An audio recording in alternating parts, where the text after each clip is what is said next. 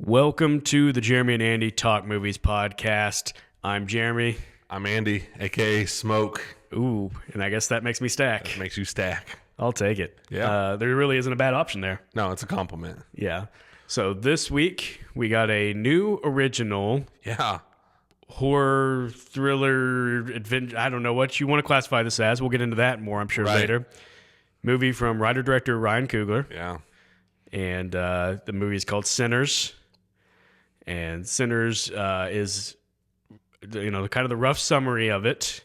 I can't wait to hear your summary. I tried. I had to go because there's a lot going on. I was like, I either got to go really simple or really elaborate. And I was like, let's go really simple. So I just wrote, in 1930s Mississippi, a night in a blues-filled club turns into a nightmare as their music summons a vampire. I love it. That's about it. But then I did write this. I said this movie exists in 3 parts. The first part is a getting the gang together movie. Mm-hmm. The second part is the greatest party ever movie. Yeah. And the third part is we've got vampires. Yeah. It's wild, man. Yeah. So, Andy, what did you think of Sinners? So, all apologies to Warfare that only had a 1-week reign as my favorite movie of the year. I loved this movie. I'm going back at least one more time, if not 2 more times. All right. I was so locked into this movie. I just was blown away by how much I liked this movie. Loved this movie. And I've been telling you for years we need to open a juke joint. And you wouldn't listen. And now this movie has beat us to it. And it's just too late. We would have done great. Yeah. But no, I loved every second of this movie. And I couldn't agree with you more about the 3 parts. Kind of the 3 parts of this movie. And I loved all 3 parts. Yeah. I'm going to give my opinion in just a second. I am going to ask, would you mind moving that little arm that's sticking out from to the other side? If you can kind of just swing it yeah, I think that's my bad on the setup. No. But I all knew right. that was going to bother me on camera the whole time when I was editing. And I'd be like, there's an arm sticking up. And I Just had that have him away. move it. So, as we said, we keep it real around here. We This do. is just We're off the cuff. real. This movie, while I was watching it, and I was 100% locked in like you, so I didn't have a lot of, I wasn't thinking other things, but there's a couple things that went through my mind when I was watching this. I thought, this movie might be a Best Picture winner, and it's a genre film. Yeah. It's like that well made Oh that my I was gosh. going, Ryan Coogler is a really good filmmaker. Yeah. And he does cool stuff like this in every movie he makes. Mm-hmm. It gets overlooked a lot, I think, because his most popular movies, he hasn't made a lot of movies. No. He's made most of the movies have been IP. He made Creed, he made Black Panther 1 and 2. Yep. And so, most people are going to just know him for, again, the things that are going to stand out in those movies for most people are not going to be, oh, wow, did you notice that long one tracking shot? Man, there's even though he does it awesome in ones those in this movies. And in this movie, he's breaking out these tricks, but in an original story. And so I think it allows his skill to just be noticed a little more. Yeah. Because you're not just focused on, hey, look, it's Rocky and Apollo Sun. Or, hey, look, it's Black Panther. Yep. You're going, dude, this guy's creating a world, and he's doing really cool things within it. I have previously been a little critical of Michael B. Jordan, not in an over-the-top way, but I just said, I used him as an example of how acting is so much about the face. Mm-hmm. And I said, as good of an actor as I think he is, I think he's at a disadvantage because I don't think he has a very emotive face. Mm-hmm. So when he has to show an emotion, he has to go full out on that emotion in order to show it. He can't do the subtle shifts and I never meant that to be too harsh on him. It was just the guy that I noticed while watching. I noticed it watching a movie with him and Jamie Foxx, where I was going, Jamie Foxx just can do it so simply, and Michael B. Jordan has to do it big in order to show. Watching this movie, I go, this is the best Michael B. Jordan's ever been. He is so good in this movie. I hope he gets an Oscar nomination. And that's what I thought. Is he might be a Best Actor. Legitimate nominee, again, in a genre movie. Yeah. Horror movies don't get nominations. No, they don't. This is, to me, an all-timer of, great performance, but also, just in case you didn't know, I'm a huge movie star. You're right. That's exactly right. I mean, he is so dynamic in this movie. I don't know, non-weird way to say this. He is so handsome up on the screen. He's in, the old-timey and he pulls it off so good. Everything he says, I just was hanging on he plays two characters. Both characters, I was hanging on every single thing they did. Yeah. And that's the part that I think really won me over was the fact that he's playing these twins. Mm-hmm. And again, my criticism was he has a hard time doing the subtle things. Mm-hmm. I thought he did a lot of things in this to make the twins distinct that was subtle. Yeah. And I go, like, Michael B. Jordan, he's doing it. Oh, He's yeah. doing the thing that I thought he couldn't do. Yeah. And again, well, I feel bad even say can't do. Like, it's not fair to him. His face just wouldn't allow it. Just like an ugly actor can't help that they can't be the lead of a romance movie because they're not traditionally handsome. Right. You know, unless it's the movie Sideways. But, sorry, Paul Giamatti. Shots Man, fired. just catching strays. But Michael B. Jordan, yeah, it's like, hey, you're going to have every tool in the movie star bag, except for you're just not going to have the most emotive face. But then in this movie, not even that he was doing all emotive with the face, but he was just, like you said, being a movie star, being the coolest guy, but doing good little acting things throughout that made me go like, he's crushing it playing these two characters. Killed it. He is so good. Yeah. All right. So those are the couple things that were going through my mind while I was locked in watching this movie. This movie was, I want to add to the whole like look of the movie. It was shot for IMAX. Right? Yeah. Like it was, he went full Christopher Nolan and said, did. I'm going to make this a theatrical spectacle. Yeah. And it shows. It looks amazing on the screen. It looks incredible up on the screen. And I saw it at the IMAX. Yeah, I didn't, and I kind of regret that. Yeah. That was my original plan, but just the timing of the showings worked out to go to a different one. Mm-hmm. And while I was watching, I was thinking like, man, I wish I would have caught it in the IMAX, but whatever. You know, it's not like I didn't enjoy the movie because I didn't catch it in IMAX. Right. All right. All that said, that's all that praise is legitimate. I walked out of the movie and I thought, I'm feeling in a very weird place. Mm-hmm. I think that I would say that this is the best movie of the year. And yet, I don't know if I would put it in my personal top 5 of the year. Really? And ever since I saw it yesterday, early in the afternoon, I've been trying to reconcile this. Mm-hmm. And I've been working through going, what do I even mean by that? And like, how can that be true? Mm-hmm. And this is what I think I kind of arrive at is that ultimately, like the things that I like most in the movie, the things I care about the most, like there's just little things in the movie that bother me. And they aren't things that I think they should have done differently in the movie. Mm-hmm.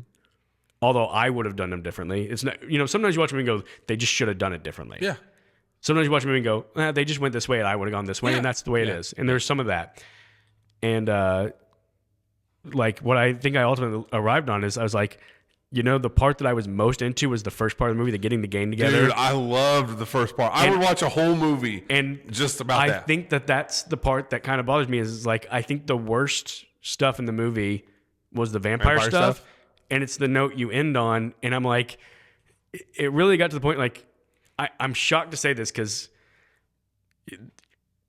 young me, of course, would have been like, let's get through all this setup. Let's get to the vampires. Yeah. And as I'm watching it now, movie at my more mature state, I'm going, when the vampires show up, I'm kind of like, like I was really just enjoying the ride. And I'm sitting there going like, would I have preferred this movie if there was no vampires in it? Dude, they could have made this movie with 0 vampires. And I mean, like, you could make a pretty similar movie and maybe just make it the gangs that they ripped off in Chicago come for them, mm-hmm. And there's the action at the end where things go wrong, where we know they stole all this liquor and set the gangs up against each other because it's Prohibition era. Like this movie's really smart, and it's one of those movies that treats the audience smart. They don't explain things, like they just expect the audience to know, hey, 1930s is during Prohibition, and the way that they're talking about the booze that they have, you just got to understand. Mm-hmm. And no, we're not going to tell you why it's a big deal, right? Or they're going to allude to the Irish and the Irish and Italian gangs in Chicago, but we're never going to explain it. Anyways, so if it had just been like that, I actually think I personally would have enjoyed the movie more. Now, that said, I have no problem with him saying, I want to make this a vampire, movie. Yeah. And when you make a vampire movie, I love a filmmaker goes, I'm going to make the top level vampire movie. I'm going to make a movie that would have been good without being a vampire movie and put vampires in it. That's exactly the way you should make a great vampire movie. Right. So I'm like, what is my complaint? Like, that's the way I want you to make a vampire movie, and yet I'm complaining that it's a vampire movie. It doesn't make sense. I have no complaints about this movie, but I agree with you. That first hour, I could not believe how engaged I was with that. I loved the two brothers just driving around town, basically like recruiting their team. And that was I was just so into that. The look, I don't know a non-weird way to say this, but just like you're just immersed in like this black culture. Mm-hmm. And it was so interesting, and it had a weird humor to it. There's a scene, I won't give anything away or say too much, but it's like he pulls over and there's a man working and his wife's working, and the conversation he has with this guy, and then the wife chimes in. Our theater was laughing, and it's just because it's not like a slapstick type comedy. It's just comedy that comes, not even comedy, just humor that comes out of their interactions with each other. Just banter. Just their banter. There you go. Thank you. Yeah. And it's just, man, is it good? It is so good. Yeah. So that stuff is all great. Yeah. I mean, you got the classic, establishing how, I don't, what's the right word to say? We always just end up saying BA. Yeah. The twins are like and I'm going to mess it up. It's Stack that's in town getting the supplies, and the guys try to rob his truck, right? Yes, I think so. I'm going to mix up which one's which. I know. It's the one with the blue hat early in the movie. And but that was he comes so out good. and just immediately pops the guy in the rear end. Then he figures out he knows the guys, and the one guy's just standing there frozen. And before he lets him go, he just goes ahead and shoots his knee. And he's like, why? I can't let people know they were trying to steal from me and got away. Yeah, and he's him walking around without a limp. It's unbelievable. And you're just like, again, not that you're supposed to root for the bad guy, but it's one of those movies where you're like, that's Michael B. Jordan. You're like, yeah, they're kind of the bad guys, but they're also just kind of the cool guys. Likeable. Like, yeah. And I was going to tell you right now, too, I think this movie should get a screenplay nomination as well. Just for the dialogue and how good it is. We good? Yeah, I didn't have the knobs exactly where I wanted to. You might be a little distorted early in this pod. Sorry. Andy, I'm dying here, man. I'm struggling. It's fine. My gosh. It always works out. So I think the really smart thing they did in establishing, like you said, like we always just say BA, but it's how the people in the town reacted to seeing them back. Yeah. Like, oh, they're back. They just obviously way better than I can do it. But it's just like that alone tells you everything you need to know about these guys without really telling you anything about them. Just how all the different people in the town react. Everyone knows who they are. Mm-hmm. Everyone has a reaction to them being back. 7 years, you've been in Chicago, all this stuff. And, this is, we talk about like Christopher Nolan, in the sense of filming in IMAX. Also just the Christopher Nolan thing of populating the movie with really good actors. Yeah. So I was about to start going to that. We've obviously sang the praises of Michael B. Jordan in this movie. And he deserves it. Yes. Miles Catton, I'm not sure how I'm pronouncing that correctly, but he plays what's essentially our sort of main protagonist. Yeah. And that's one cool thing about the movie is that Michael B. Jordan, it's one of those great things where his twins are not actually our main protagonists. They're definitely they're front and center. They're front and center, and they're the part everyone's going to recognize. Yeah. If he gets Oscar love, it would be in leading man, I'm sure, or lead actor. But the story actually focuses on this younger guy, preacher's son. Opens Preacher with him. Boy. Is that what Preacher they call Boy. That's what it is. Yeah. Preacher Boy. And this is the first time it's an acting debut for this Dude, kid. he's good. Got a presence. I'm assuming that he's doing some musical stuff on his own, like he's actually singing. No, I saw an interview with Michael B. Jordan. They're like, this dude learned to play the banjo or the guitar or whatever. And really good singing voice. Man. Great debut from him. Phenomenal debut from him. He's got, and I don't know how much he is changing his voice to fit the role because I haven't heard him. He's just got a very unique, great voice, I thought. And I don't just mean his singing voice. Like anytime he speaks in this movie, I was interested in what he was saying just because of his voice. Yeah. Delroy Lindo. Oh, man. I was also thinking this could be where he finally gets his... Just reminding us all that he's just a fantastic actor. Yeah. I actually thought he should have won, and now, I can't remember who actually won, so maybe I shouldn't go so far as to say I thought he should have been the winner. But when he was in The Five Bloods a few years ago, he did get nominated but didn't win. Yeah. And I remember thinking, like, if he wins, like, totally deserved. Yeah. And that was a movie that I didn't necessarily love the whole movie, but I just thought he was really good in. He's good. And this is another one I was like, Delroy, you might you might get yours. He is phenomenal in this movie. So good. And he just has a gravitas about him. And he does. Part of it is just how good of an actor he is. Part of it is the history that we as moviegoers have with him now. He's been in movies for, it feels like, for 50 years. Yes. And when Delroy shows up, you're just like, oh, you're in capable hands. Absolutely. And, also, like we are familiar with Delroy Lindo. We know what Delroy Lindo sounds like. So when he's doing a little something different in this movie, talking a little different, acting a little different, you're like, great acting, because I know this isn't what Delroy Lindo's usually like. He does a phenomenal job. So he was really good.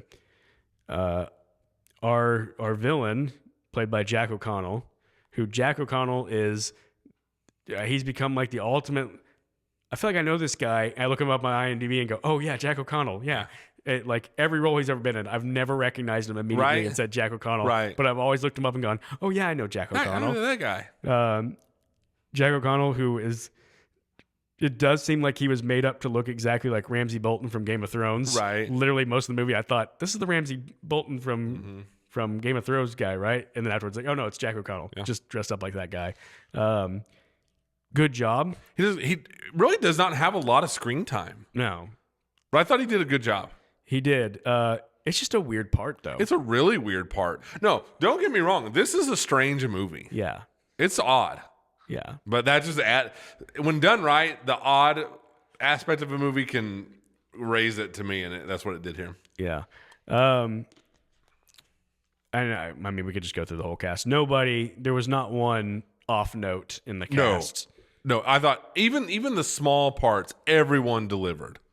So, go ahead. I'm gonna let you go. No. I mean, if it's about the cast, then I was just gonna say there's an actor who plays a character in the movie named Cornbread. Yes, and that could have been such a nothing part, and I just thought that guy was fantastic. Yes, fantastic, and just every woman role in this movie, I thought every female role was written really well. Did Coogler write this movie by himself? I believe so. I should know that. I'm embarrassed that I don't. He wrote great parts, I thought, for the females, and then they stepped up to the plate. Yeah. I guess I would say if I was recasting, and please hear me say this, they were not bad in their parts. I just don't know that they would have been my favorite choice for the part, is the Haley Steinfeld casting. I wondered what you would think about that. Again, didn't think she was bad. Yeah. But just when I was watching, I was like, I feel like it would have been maybe better with it didn't have else. to be a Haley Steinfeld part. Yeah. But I just thought she just brought, I mean, she first is seen on the screen and she confronts one of the brothers, and she's just very, the way she's able to kind of go toe to toe with Michael B. Jordan, I thought was a really good job by her. Yeah. Again, definitely don't hear me say that she did a bad job. Yeah. And maybe even almost something more about like her look. I think part of it is the fact that, I guess maybe it wasn't that long ago, but she was in the Hawkeye, Disney Plus show not long ago, and she's playing basically like a teen girl in that one. And this is definitely she's one of those older actresses that's playing down to play a teen, and you're going, she's too old to be a teen, but she does have that look because she can kind of pull it off. She can. And so when she's playing like the more, adult this is a role, very this adult one, role. And it's like, but she also still kind of looks like a teen. I almost need someone that just looked a little more older. I don't know, world worn or weathered something. or Yes. something. Yeah. Which I don't know. Sounds even mean to say for an actress. You look a little more weathered. But right. No, I don't know. Just I mean, to me, it wasn't like, oh man, nominate her for an Oscar. Not at all. But I thought she held her own. Yeah. That's the way I'll say. I don't have a ton of like praise to heap on her, but I did think she held her own. Yeah. On the flip side of that, you could make an argument that she's too big of a star for the size part that it was. It's pretty small. Yeah. And again, thumbs down to the trailer for ruin. I mean, are we into spoilers yet? I guess we should just go We ahead. can probably say we're into spoilers. So she gets turned into a vampire, and the trailer did not hide that. Right. And so that was kind of a bummer. But no, like I said, I'm not going to sit here and go on a rant about how amazing she is in this movie. But I just thought she did bring a nice presence. And when she has to go, like I said, toe to toe with Michael B. Jordan, who is just movie star A+ in this, I did think she held her own. Yeah. Speaking of the trailer, yes, it did give some big things away. It did. But I also thought this would have been a really weird movie. We talk about it all the time. Like, what would this experience be like if we just hadn't seen the trailer and all this? This would have been a weird movie to not have seen the trailer. Because, yeah, the very opening does give some hints of, like, the supernatural. It does. It's got the monologue. Walking to the church, and it's got the flashes of, like, horror. And the way the preacher says, you keep dancing with the devil, sooner or later he's going to follow you home. Like, that sounds very, like, ominous. But other than that, for a long stretch, like we said, it's a get the band together movie, and it's very normal. And I could see if you didn't see a preview, and all of a sudden later in the movie the supernatural things start happening, or a vampire, when the vampire shows up, he just like flies onto the screen, like he's landing from a long jump, and he's running, and he's in the sun, so he's like blistering, trying to get to shade. Yeah. And I could just see a person who didn't see it'd be kind of jarring. Huh? Like, yeah. I almost wonder when people read the script, did Ryan Coogler have attached, and they're like, hey, vampire movie, just so you know, just so when you're reading this and you get... So when you get halfway through... 45, 50 pages in, and then the vampire shows up, you're not like, whoa, I thought I was reading just a, Prohibition era lawless type movie. Yeah. Yeah, it did have lawless vibes to it. There was a couple of movies that had some vibes too, or some things that... Yeah, Coogler's pretty open about like his influences and stuff. Yeah, so one of them, very obvious, is From Dusk Till Dawn. Yep. Just a ragtag team of people having to fend off vampires. Also very similar in the first half of the movie. There's one thing totally different. Completely different. Then it completely shifts into a vampire movie. So. This one is much... it's going to feel like much more of a stretch at first. But in some ways, it... laugh and shake my head or say Queen of the Damned. Yeah. So Queen of the Damned is a vampire movie that is very heavily relies on music. And what music means. Yep. So like music conjures up this vampire, awakens him from a slumber, and then he becomes a rock star, which awakens another vampire. I wouldn't be surprised if he cited this as an influence. And I'm sitting there going like, the funny part is that what I love about thinking about those two movies is, one, Queen of the Damned was the vampire movie for people who like new metal music, which was me in high school. Like that's my vampire movie. Is that Aaliyah? Aaliyah's in it, and Stuart Townsend plays the lead. But Jonathan Davis from Korn was responsible for the soundtrack, and it's got this great the sound. It's one of the movies. The soundtrack's more famous than the movie itself, I think. But the reason I laugh about it is I talked a couple weeks ago about when I watch really good movies, sometimes I think, or really well-made movies, what's the bad version of this? And the bad version of Sinners is Queen of the Damned. Yeah. Different genres, obviously, but like that's how a movie can go bad. And that's where you see the difference in like, Sinners is really good. What do you mean? Well, go watch Queen of the Damned and then watch Sinners, and you'll see what I mean by this one's really well made and really good. The craft is just so different. But... Queen of the Damned, like I said, that's my style of music put into a really crappy vampire movie. This is a really well-made vampire movie about music that's not my style of music, and yet I'm sitting there going like, digging all the music in this. Yeah. It's making me think like, wouldn't it be cool if I was into blues music? I don't listen to blues music. Right. But man, they make it just magical seeming. They do. Where was I also saw where he cited The Faculty as an influence. Yeah, I saw that too. I don't see where that comes from at all.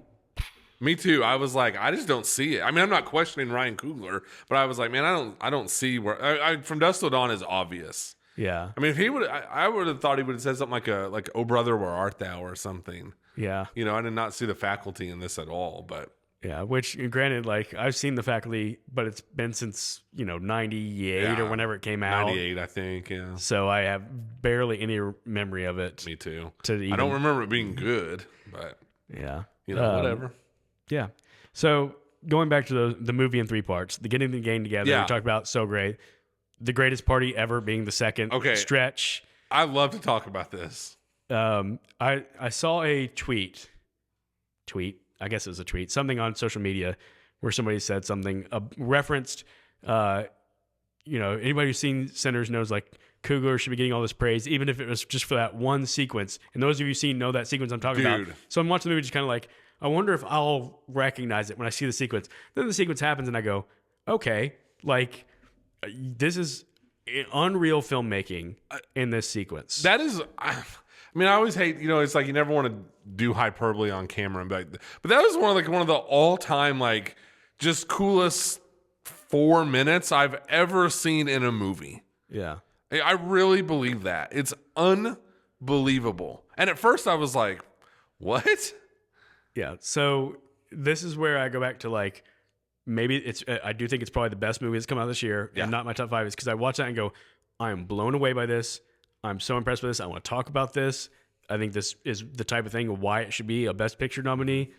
And yet it's not going to resonate long-term with me at all. It's not going to be a scene where I go, I need to go back and watch that over and over again, because it, like, as amazing as the craft is, it's like narratively, it doesn't, like latch on for me. See, I want to watch this scene over and over and over. And like, how did they do this? There's so much, we talk about like, how did they do this sometimes with like these big, huge special effects scenes or, something like that. This was just, how did they choreograph and stage this? And that camera is just kind of like, it's like taking us on a tour through the juke joint. Yeah. And it's, they talk, I guess we should explain what we're talking about. So Preacher Boy starts singing and playing, and they talk in the movie like, sometimes music is so powerful that it conjures demons and spirits from past, present, and future. So that's what you get in this sequence. He's using, what we're seeing to illustrate what is happening. And all of a sudden you get that music from the past, present, and future. Yeah. And it's not actually happening. Yeah, but we're seeing it happen. We're seeing it happen. So you get like a couple of stages, like decade jumps of musicians playing along with them. Yeah. You get people dancing from different eras and different like cultures. Cultures, yeah. And you're right. The camera's just moving through this party. And even like the groups that it moves into, it will have different like spirits. So when the Chinese couple that's there, that they're friends with, helping run the party, there's suddenly like a Chinese dancer there with them, and cool throwback like that. I think maybe the most impressive thing about all that to me, just thinking about how did they pull this off, is that they're using the IMAX cameras, which are notoriously like huge and hard to move bulky around. And so you're like, how in this small space did they move those around and do this? Really impressive. It is really well done. And like one of the first things you see is just like, so you see Preacher Boy, and then all of a sudden you see like basically kind of like a Jimi Hendrix type guy playing the guitar, and I was like, what is happening? And then it keeps going from there, and it ultimately pans out, and it's not a vision. That's not the right word. But like in this scenario, which isn't actually happening, the juke joint has burned down, but it really hasn't. And the lead vampire is watching from outside. Yeah. And man, it's so well done. I mean, us describing it doesn't even do it justice. You're right. And it's one of those things where I'm sitting there going like, I don't want to get lost in the metaphors that are going on, because I never certain what they should be. Yeah. But I was like, is it meant to be like literally the building around them burned down and they're just out in the open to represent like they're just free in this music? I'm guessing that's what that was meant to be. Yeah.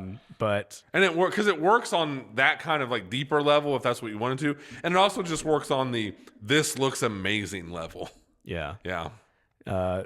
And so there is that sequence, which probably deserves its own full episode breakdown of. Oh my gosh.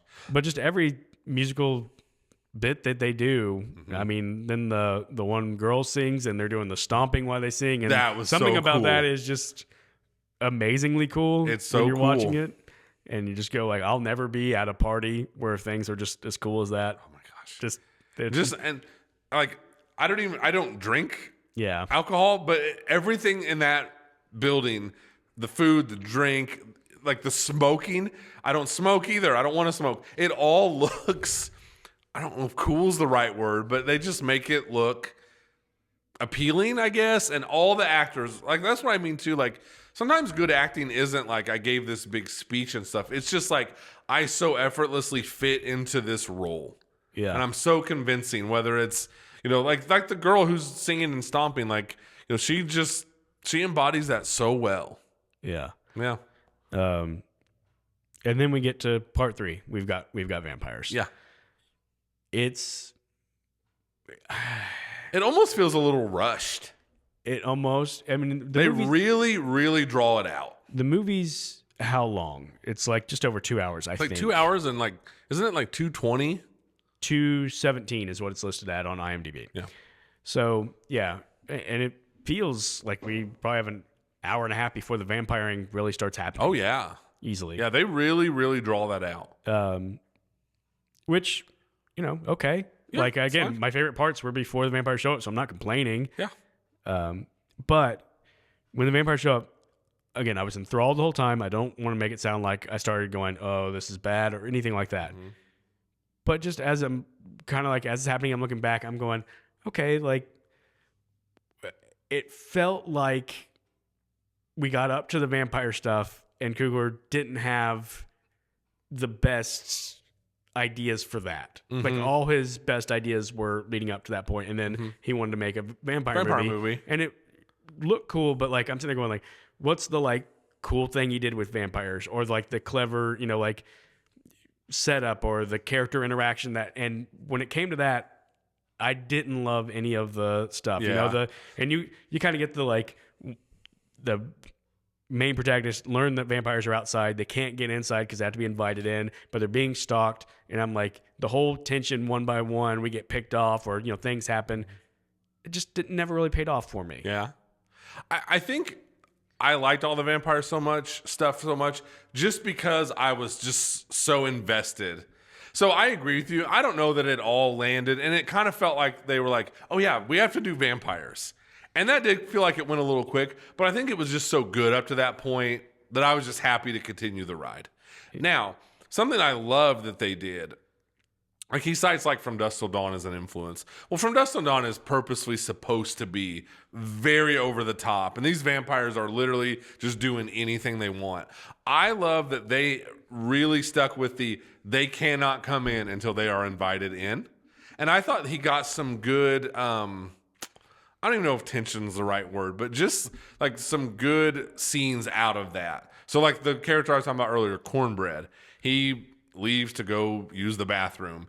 In the meantime, he gets attacked. He comes back in, and he has some great dialogue, I thought, with like, hey, let me come on in and check on, by that point, one of the brothers has been attacked. And like, you're like, oh no, don't let him in. And they really, I thought, drew that out in a good way. Mm-hmm. And then this is another movie too, where no one's an idiot. Yeah. Like, no, okay, come on. You know, like, everyone's like, why are you asking to come in now? Like, you've been coming in and out all night long. So, like I always talk about, immediately as an audience, you're like, thank you. Thank you for asking the obvious question. Yeah. And I loved that stuff. Yeah. And did a great job with there's that pivot point where they do realize they can't come in. We've just got to last through the night until the sun comes up. And you're like, yeah, okay, simple enough. But then the Chinese lady. I know. I don't feel like I'm being racist just calling her the Chinese lady, but that's I don't what mean she it. is. That's what they were both really good in this movie. With her husband, he gets turned. Yeah. And he's talking to her, and the main vampire throws out, I guess we we'll know just about go- your daughter. Yeah. And that's when she finally makes the case like, hey, I know you guys think we just got to survive to the morning. But you don't have a daughter that's being threatened. Yeah. Also, what happens tomorrow night? Yeah. You know, like, we got to deal with this eventually. Yeah. Is essentially what it says. And then as a viewer, I'm going, oh, crap, she's right. Like, I was on team just like, well, yeah, you just got to wait out the night. Like, they know who we are. Yeah. Like, they know I have a kid. Yeah. Like, it seemed like an easy solution. All of a sudden, I was like, this isn't an easy solution. It's not going away when the next night comes. Yeah. And then they decide they've got to do something. I'm like, that's a great way to propel the action forward. And it's a great way to do it where you're not just like, oh, you morons. Like, because in so many lesser movies, some idiot would just stroll back, hey, guys, come on in. And you're just like, oh, the idiot, you know, like, Yeah, I think they sidestep that really well. And then when she does kind of lash out, come on, you're like, you know what? I kind of get it. Like, they just threatened her kid, and she's mad. Yeah. Now, should the group maybe have planned a little better for when they open the doors and let them in for their defense? Probably. They probably could have. Yeah. Also, that was a little bit of that scene was a little bit of a common action movie trope where a bunch of people are attacking at once, and by like just showing you close-ups of individuals, you don't question the chaos that's going on all around. But it kind of doesn't make sense why all these vampires are swarming in, and it looks like a lot's happening, but like none of the main characters are being picked off. No. And you're kind of like, you even see like some people getting tackled, but I was like, who just got tackled? There wasn't even anybody else in the thing with them, I don't think. And it just got a little confusing. I will say that. There was a couple times where it would show the vampire like biting someone. I was like, who are they biting right now? Yeah. But I will say like these are pretty minor nitpicks on my part. Yeah. Yeah. I did I guess maybe just as a horror movie guy, I've just seen a lot of blood and stuff. I thought the blood and they stab him and like the way it, like not to sound gross, but like the way that blood would just spray out, I always thought that was cool. Mm-hmm. It's like, you know what? That looks cool. That just looks cool up on the big IMAX screen. Yeah. Mm-hmm. And then, again, we're well into spoilers, so don't have to say it again. Just the climactic moments felt like we've got to have an ending here. Yeah. And left me a little unsatisfied. Did they? I was like, man, I wonder how they're going to wrap this movie up. Yeah. And so it's just like Michael B. Jordan's like, you know what? Screw it. These guys are all going to come back. Well, I mean, just the climactic moment with the vampires. That was a little rushed. It was a little rushed. Like you kill the main one and it affects all the other ones. Well, then the sun just immediately comes up and they all. Yeah. I'll agree with you. I would say the vampire stuff is probably the weak point in this movie. you get non-vampire Michael B. Jordan, which I think is Stack, is fighting Smoke, who is a vampire, and it's left him, Stack's got on top of Smoke and has the stake to his chest. And you don't think about it because it's been cutting back and forth the whole time between actions, and it cuts to our main protagonist, Preacher Boy, who's being dragged out into the water, or ended up in the water somehow. The main vampires got him. Is villain monologuing. Oh yeah, way too long. And then, just when you think there's no way he can get out of this, boom, Stack shows up, stake in and you're like, there was a whole crowd of vampires between. No one saw him. How did he sneak? Oh yeah, I get it. It's a classic movie camera trick. It is. You can't see everything, so we can have him sneak up. Oh yeah, and it doesn't make any sense. And that's just the sort of thing where I go, this movie is so well done. Yes, like should I excuse something like this? But because it's all so well done, it also makes something like this stand out. Come on, don't more. do this. Like, I get it. You were doing so well, and it's a little bit of. It's not to the. It's on a much higher level, but a woman in the yard problem where it's like, just like the landing of the plane. It's like you were doing everything well and a little clunky. And we find metaphors to compare movies to all the time on this show. So what I was thinking of is sometimes a movie is like a song. Mm-hmm. And you got different parts of a song. You got the opening of the song, the intro of the song. You got your main parts, your chorus, your bridge, and you got the closing to a song. And I do think if you think about it, like the closing to a song sometimes is the hardest part. I think for the musicians now, we've got a great song. Like, how do we end this? Mm-hmm. Do we have a song that's going to like lend itself to? It's going to crescendo like this, and it's going to be the perfect ending, or is it like we don't have an ending? And sometimes songs just like you have to play out and fade out because we don't have a way, or sometimes we just. The sound's we're gonna bang on the instruments and it's gonna dissolve into a mess, and just be this sonic weird, like there's different ways to end a song. And this is a movie that's like, if it's a song, great intro, great build up through. And as the song's going through, you're like, great song. But then it, like sonically, they just didn't have a natural ending, and they almost did like something sort of abrupt there, but then had this like long fade out ending that I was like, totally fair. Okay, like not my favorite end of the song, which is fine. Like there's a lot of songs I love that don't have a favorite ending. Sometimes songs don't have a favorite intro. They take a little while to get into. That's not this one, but so that part just kind of let me down. It just wasn't up to the standard of how good the rest of the movie was. I think too, when it comes to the vampire part of the film, the whole of it may not be the best, but it did have cool moments though. So Yeah. like I loved the part. I think it's the cornbread character. For some reason, I don't remember now. He gets Michael B. Jordan to try to hand him something. And he goes to bite him, Yeah. and they just blast him right in the side of the face. And I was like, "Well, that was cool. Yeah. That was really cool." And so it had little moments. But you're right. I do agree with you, and definitely, I think the vampire stuff is the weakest part of the movie. But I don't know. Just the rest of it was so good. I'm willing to go along. So then we got the ending. That is like the post-vampire ending. Yeah, that's how the movie would have ended if there wasn't vampires. You know what I mean? Where it's like Michael B. Jordan just like, I'm just going to wait till all these people come back and just, I'm ticked off now and I'm going to ambush them. Yeah, and cool scene. But again, with that one, it played out like a scene where Michael B. Jordan's like, I've got no reason to live and I'm already like at the end and I know I'm not going to make it through this, is the way that he like attacks those guys. Yeah. But I don't think like the movie really had actually like Built left up me to at that that. point. Yeah. I didn't feel that. So like when he attacks him, he just walking right at him, shooting, and the guy does get a shot on him that eventually is going to be the death blow.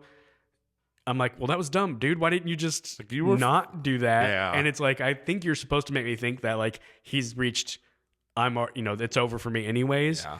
And so, again, what I would have done different versus like, I probably would have had him already injured and be like, I'm gonna die eventually I know anyway. I'm not making it another 24 hours anyways, and these guys are coming. I'm gonna go out and taking them with me. Yeah. Versus I've made it through all of this, and now what I'm gonna let kill me is these pack of morons that show up. And again, it kind of gives you the happy, sad ending. Where the sad is he doesn't make it, but in the spirit world, he's reunited with his son, who a little hokey, but when it's Coogler, it looks good. It's acted, you know what I mean? So that elevates it. Counter argument, you get that money shot of Michael B. Jordan just walking up with that guy, which you could have done anyway. There was a moment where like the vampire stuff's wrapping up, and I'm like, where is that shot? And I started to think, is that not in the movie? Is that like going to be one of those famous like? And if so, that would have been brilliant. And I'm like, yeah, it's like a great shot. I could see like. They're like, we don't really have anywhere to put this in the movie, but we realize while filming, it's going to look really cool for him to walk the camera doing that. Yeah. And of course, then it is in the movie. But I mean, I can tell you this: the first time I saw a trailer for this movie, I was with my boys, and it showed that, and they were like, "Yeah, we're going to go see that." Literally, just based off Michael B. Jordan, being ripped and shooting that gun. Yeah. Candidate for our end of the year awards for coolest anybody looked in a movie this year. That's for sure a candidate. Yeah. But, just going back to what if this movie was not a vampire movie and it was just the mobs from Chicago came down and he went through like shootouts and all sorts of stuff with them. And then at the end, the Klan shows up and you get that same effect of like, buddy, after what I've just been through, I ain't worried about you and I'm just going to take you guys out. Yeah. Or honestly, like you could even have a whole plot line where those mobs show up and the Klan helps them out and goes, oh yeah, we know where the guys you're looking for are. And then, I don't know. Oh yeah. Like, none of that matters. It actually is the sign of a good movie when I sit there and go like, what if they'd done this, this, or that? Because there's so much fun to play with and the world is so great that I go like, you could have done a whole bunch of good things and all of them would have been good. And it's probably what's unfair to Coogler is, I don't know how he wrote this movie, but let's just imagine that he wrote it in sequence that we see it in the movie. Like he just started writing characters and then he eventually got to a point where he decided he wanted to make it vampires. I'm sure that's not how it started. Right. But if he was, at that point in your writing as a creator, you'd be like, oh man, I could go so many ways with this and how would I want to go? And I wouldn't envy him having to pick how to go because you could go so many ways with it. And so that's where I feel like, again, I just want to apologize for my criticisms being criticisms. No, I mean, that's why we do this podcast. I wanted to say at the beginning, and I forgot to, you're just talking about like this world. This is one of the most about 45 minutes into this movie, I was like, I am so glad to be immersed in this world. Yeah. This movie does such a good job of like, I just like being in this place. Not as in like, I want to be there, but just like, it was so fascinating. It looked so good. Like, he populated this movie with such interesting characters. I was like, he did such a good job of just pulling us into this world. Yeah. I just want to go back and, again, commend Coogler for his craft and the things he does that he doesn't have to do. So early in the movie, there's a great tracking shot where it's again in the town and they're getting the band together. He's in the store ordering things, and he asks about the sign, and the Chinese guy goes to his daughter, "Go get your mom," and she walks Just across the follows her. street It's awesome. into the store, and the mom comes back. It's like very mundane, and yet the way he films it, you feel like you're watching something really amazing happening on film. Yep. This tracking shot back and forth across the street to these two stores, and the talking, and it's just, I'm sitting there going, Coogler, You're just showing off, man. You're just literally going like, watch me make this cool. Yeah. And literally hardly anything's happening. It's gonna be cool. Mission accomplished. It's so cool. So cool to the point I went with my boys, and then they brought some of their friends. So I was with a bunch of teenagers who, you know, like and some of them are just not big movie people, and still commented on that. They're like, man, that was really cool how you just followed that girl over like across the street to the other store. Yeah. So that's how you know they did a good job. Absolutely. Yeah. Great job. Great job by Coogler. Um, Did you stay for the end credits scene? So I stayed for there's like mid credits and then apparently like a totally post credits. The end one is just the Miles Canton character singing another song. Yeah. That's I walked out. I immediately Googled to see if there was something at the very end. It said that. At that point, I just wanted to get to the bathroom, honestly, because I'd been holding it. But yeah, the mid credits. I'll be honest. I wish it didn't happen. Really? Yeah. Yeah. Not really because it was bad or anything. It was just, again, it kind of felt like we don't know how to finish this off.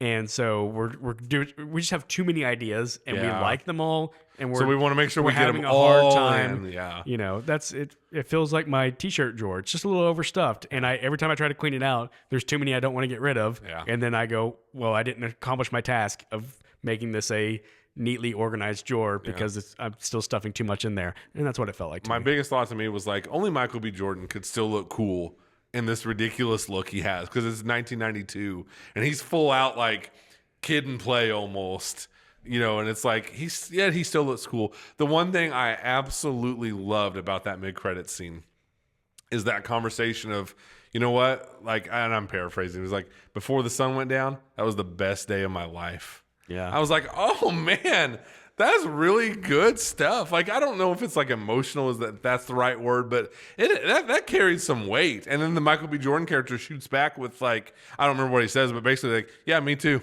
Yeah. And I was like, oh dang, I like that. Yeah. I think the other thing that just bothers me about it a little bit is it felt really important once it happened to be a mid-credit scene. It was long. Because it kind of redefines what you saw at the end. You know, like, again, it cuts from Stack is on top of smoke with the steak, and the next time you see him, he's saving the day and impaling the neck. And because it's kept you with that scene long enough, you kind of just forget. Well, we didn't really see a finality, what happens, and you just have to fill in the blank real quick in your head. Like, I guess he finished him off and jumped out here. And then you see it and go, oh, you know, now I realize why they didn't show us what happened. Because it's a twist that he didn't kill him and just made him promise to stay away. And they put that in a mid-credit scene. They put it in a mid-credit scene, Like, I would have just had that in the movie. Well, that's what I mean. Yeah, there are a couple people that left before that part started. And I go, you didn't just miss like a mid-credits little tack on. You missed something that was very important to the movie. Yeah, and I'm gonna say this too, like, for better or worse. I mean, in my opinion, for better. But like, Coogler is going for it in this movie. Yeah, like that's an example. And another thing that sticks out of him, just like, you know what, this is my movie, and I'm gonna do what I want. Before the vampires kind of do attack, they just have a giant dance sequence. Yeah. For no reason other than like Coogler just wanted that to be in the movie. This was to me, this was like Coogler like planting his flag, like, I'm a big deal now. Yeah. And I think it was successful. Even if I don't love every single like individual choice, still it's Coogler being like, this is my movie. I'm doing this the way I want to do it. Do we need a big, large dance sequence with vampires? No. Are we having one? Absolutely. Here's a question for you that is unanswerable for us because we're not going to get to know the guy. Is Ryan Coogler a nerd? Maybe. Like, that is maybe it's something I wrestle with. So honestly, to get ready for this movie, I rewatched Creed and Black Panther. Nice. On Friday, I watched rewatched both of those Creed on Friday, and then watched this on on Saturday. Which again, all three of those Coogler and Michael B. Jordan collaborations. But I'm going, this dude he's known, he makes cool movies. Yeah. So like in a way, you know, like really cool guy, but also like he's making Creed and doing like these, you know, fan service bits that movie nerds would like. And like, okay, like that's one thing. Yeah. Then he's doing a Marvel movie and he's kind of, you know, it's got all the Marvel geekiness in it. And then he does this movie and he makes, you know, like you said, those weird choices. He does kind of artsy, weird thing. And you know, I use nerd as a compliment, endearing term, but I just wonder, like, if I hung out with Coogler, what's going to stand out more? Am I going to hang out with him and be like, this dude's cool? Or I'm going to be like, this dude's a film nerd, you know, or just a nerd and does his own thing. Or is it just like, do you hang out with him and go, weirdly the perfect marriage of both, where he's both I think it's kind the of a perfect marriage of nerd both. and he's a cool guy? Yeah, I think it's the marriage of both. And then just his, you know, because he is a black man, like his ability to understand the black community, like all of his movies are very, they're not racially made movies, but I mean, like being black is important in Creed, Black Panther, and in Sinners. You know, so he has that perspective. He clearly has to have some nerdiness to him. He just has to, just because of the movies he's making and stuff. But then he also has this like prestige side to him as well. Like he's a really fascinating combination of things. I mean, he kind of is like I think the poster boy for the modern filmmaker. I agree. In that we've talked about it, modern movies, the blending of genres, and you know, it's a little bit A24, but not quite, where it's like, hey, we're going to take a genre and we're going to elevate it. We're going to, you know, we're going to take it very seriously, but we're going to have a lot of fun and weirdness in it. You know, it's a stew with a lot of different ingredients. And I don't know if anybody's doing it better to a more like I said, it's just the poster for it. Like, it's like, this is the standard for like what we talk about when we talk about modern movie making and that mashup style. Yeah.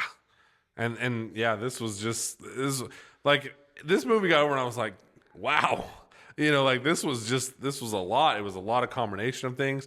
And I think really, like you talk about him taking big swings. I think anytime you're kind of combining different genres and stuff, you're taking a swing. Yeah. Just by doing that. And, you know, fortunately for us, someone as talented and good as Coogler did it. And thank goodness Coogler and Michael B. Jordan like working together so well, because they are, you can tell they just gel so well together. Yeah. Yeah. Here's my real hot take with Michael B. Jordan. I don't think he's probably cool in real life. Maybe he is. Maybe that would surprise me. Man, he can sure project it up on the screen. He gives me vibes of guy who is really nice. Don't get me wrong. Has every element of like what you think would be cool, but if you hung out with him, like he would just be kind of like vanilla. Dull or just kind of dull. Just kind of like, yeah, what'd you do today, you know, Michael? And he'd be like, well, you know, get up in the morning, gotta do my workout, eat my protein, and then you know, gotta make sure I rest, take my nap, and you kind of be like, okay, yeah, cool, like, and maybe, you know, I could be way off. Maybe I mean he'd be like the most charismatic guy, right? But for some reason, he just strikes me as like, I play the cool guy really well because I have all the look stuff, but like, I don't know. And that's just completely, I probably shouldn't have even shared that, but I was just like, I just had that thought, like, maybe it is, I kept thinking about, maybe I haven't been able to connect the dot, but maybe Michael B. Jordan reminds me of somebody I know in my life, you know, who's like that. It's just like, got everything like seemingly going for them and like nothing's wrong with them. They are a great person and nice, but just, it's like they got every gift, but God was like, but I'm not going to also make you like this the most fun. Yes. Yeah. Like, I don't know, man. I don't know. I don't know what he's like, but I agree with you completely. I think this is his best performance ever. Yeah. Like, just cannot say enough good about his performance. I always sound here like, oh, the Oscars, blah, blah, blah. But man, when I do like a movie so much, I want to see it get recognized. And I hope he gets a Best Actor nomination for this movie. Yeah. I would nominate him, the movie, Coogler, and the screenplay. Yeah. And I'm not at all opposed to your Delroy Lindo idea. Yeah. Can I say something that really doesn't fit in anywhere? Can I throw in one more thing with that? Please. the guy who did the score, whose name I'm going to struggle with because it's a very I think Swedish name. Yeah. Who does all of the scores for Coogler's movies. It's kind of funny, kind of baffling, and kind of awesome that he scored this movie because, like I said, it's very much hey, this is the African American culture in the 30s. It's a big part of it is the blues and stuff. And Coogler could have very easily said, "Hey, listen, you're not is not in your wheelhouse. You're not my guy for this particular movie. Don't worry, we'll work again." Ludwig is his name, Ludwig Göransson, and but he goes, no, he lets Ludwig do it. Ludwig is cooking in that scene, like we said, the long tracking shot. He's scoring it, and it's just that's awesome that Coogler could say yeah, in some ways it doesn't make sense for you to be my composer for this movie. So let's do this. But you're my guy. We've been partners, through a lot of these projects, and you're going to be my composer for this one, and I trust you, and it worked out like that. And Dude, I would huge shout out to that guy. Yeah, I'd be happy to see Ludwig get a nomination as well. Oh, absolutely. I wanted to shout this out just because it amused me. I thought one of the best, well-written, funniest scenes in this movie is this when I keep talking about Cornbread a lot because I really like that character. He's trying to kind of negotiate his way into the house. He's a vampire at this point. And then there is the I don't remember her name. I'm so bad about this. The character who one of the twins that had a baby with and had a relationship with, who I thought was really good in this movie, by the way. And they recruit her to come. They're like, we want you to come cook for us. So she is kind of playing the she's the Southern African-American woman. It's she can cook. That's kind of her character. And she's the one that is the avatar to the audience to explain to them about vampires and stuff. And he's she's questioning him, where have you been? Well, I had to use the bathroom. And he says it more crudely. And he's like, I think it's that food you made, that old grease you used. She is she's not insulted that he's a vampire trying to kill them. She is so insulted that he implied she would use old grease for her cooking. And I'm telling you, that cracked me up. She's like, I have never used old grease. And it's the moments like that where I'm I love this movie. I love these characters and I love this writing. That's it. Did you have any reaction to that at all? Did you think it was funny? I thought it was I don't know why. Yeah. I just thought it was so funny. It was she is so mad that he would imply that she would use old grease to make her food with. I can see as you're explaining it why that'd be funny. It didn't strike me at all in the moment. It struck me, and I was like, I love this movie. So really good movie. Dude. It is getting that critical praise from the critics. It's 98% on Rotten Tomatoes from the critics, 97% from the audience. That makes me so happy because I was watching this. I was so afraid people would be like, "Oh, dude, the first hour takes forever. We don't get enough vampires." I'm so glad people are responding to this movie. Yeah, $90 million budget. $47 million this weekend. Something finally usurped Minecraft as the top earner. Goodness, yeah. And kudos to again, which we talk about a lot. $90 million is a lot of money. This is not a $250 million movie, though. You kept it under $100 million. This movie has a really good chance to be profitable. Yeah. It's off to a great start, and people like it. I imagine, word of mouth is going to help the same. I think it'll have a good holdover next weekend. Yeah. Speaking of next weekend, our big release for next weekend is The Accountant 2. Yeah. And so we will be seeing that one and talking about that one next week. Probably not. I don't know. I about said, probably not going to be the anticipated movie that Sinners is, but I'm surprised a lot of people really like The Accountant. Yeah. I always thought The Accountant's kind of a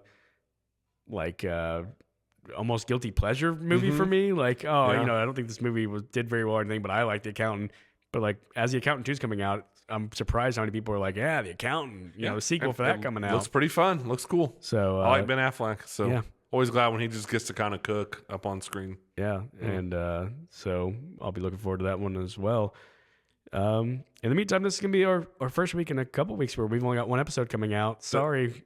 That's all right. But this one, I did not want to rush through this movie. No, I would say we went about an hour on this one, and we'd been going about 30-minute episodes when we have two. So, this one deserved a little more time, and so we gave it such. You know what? We should be ashamed of ourselves. We forgot about Uncle Chip. I know. We completely forgot about him last week. I would have felt weird trying to put Uncle Chip in Warfare. Yeah. I don't mind that we skipped that. We didn't try to put him in drop. Do we put Uncle Chip in Sinners somewhere?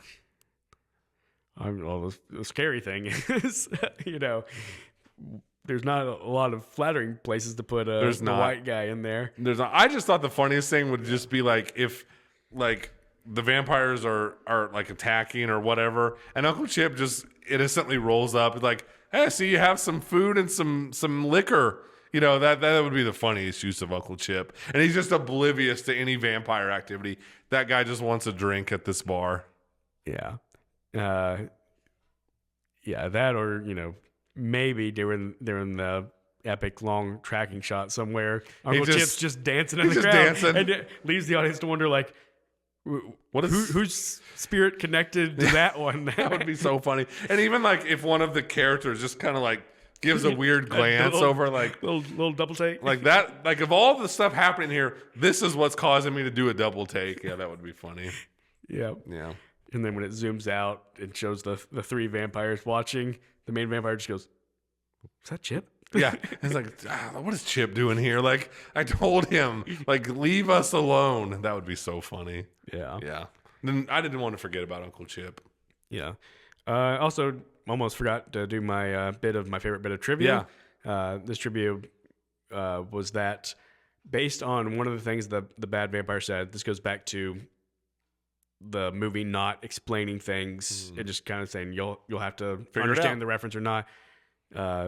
He makes a reference to something like, the Christians came and took my land too, and it's implied, he's Irish, and so like if you date, when supposedly like Christians took over Ireland, it makes him like, 1,300 years old or something like that. Yeah, and it's just one of those things like it's kind of just thrown in there. Yeah, never pointed out, never talks about where he comes from or how old he is. Just a quick reference like that. Yeah, that somebody will have to look, either know or look up afterwards in order to find out something about the character. That's pretty cool. It's cool. It's really cool. Yeah. So good job, Ryan Coogler. Man, can't wait to see what this dude's going to do next. Yeah. Last thing, just to put you on the spot, I'm going to throw something out there. I'm going to make you make a real Sophie's Cho-Cho. It's a New Girl reference to Smith saying Sophie's Choice is Sophie's Cho-Cho. Yeah. Coogler or Peel? Ouch. This is, I mean, right now, because Coogler just came out with a movie, it'd probably be Coogler, but oh gosh. Probably Peel, but that is not an insult to Coogler. All right. It's just not. Well, I bring that up because I almost forgot about this. I had saved this from an article I was looking at about how much the movie made this weekend, that Sinners will pass the $44.3 million opening of Jordan Peele's 2022 film Nope for the highest opening of an original film since the pandemic. So, since the pandemic, with theaters trying to bounce back, the two highest grossing original movies were Nope and Sinners, and that's two great filmmakers going on right now. That's a win right there. Yeah. I'm glad we live in a world where both these guys are going. It's like we've said before, though. Jordan Peele, come on, man. Yeah. Make some more movies. Yeah. Did you see a preview for him? Yeah, I did. Where it's nice to see Jordan Peele's name attached to the movie, but when it's like produced by, you're like, all right, cool. Direct another movie. Give us the directed by. We're all waiting on that one. By the way, I'll definitely be going to see him. Will you? Yeah. I have mixed feelings about it. I do too. It's super weird. So weird. And that's one thing where I'm like, man, again, we talk about the trend of movies these days. I don't know if that one is A24 or not, but it's like, it's doing the like, we've got to make things so weird. They do, but darn it, that trailer hooked me, man. Yeah. I just want to see how they can combine football with horror. Yeah. Yeah. All right. Well, after me being critical for Coogler and not knowing how to wrap things up and end, here I am. We can't wrap things up. I keep bringing things up and not ending. So this is going to be the ending. Thank you. Go see Sinners. For joining us this week. Go see Sinners. Let us know what you think. Join us again next week to talk about The Accountant 2. Absolutely. We'll see you then.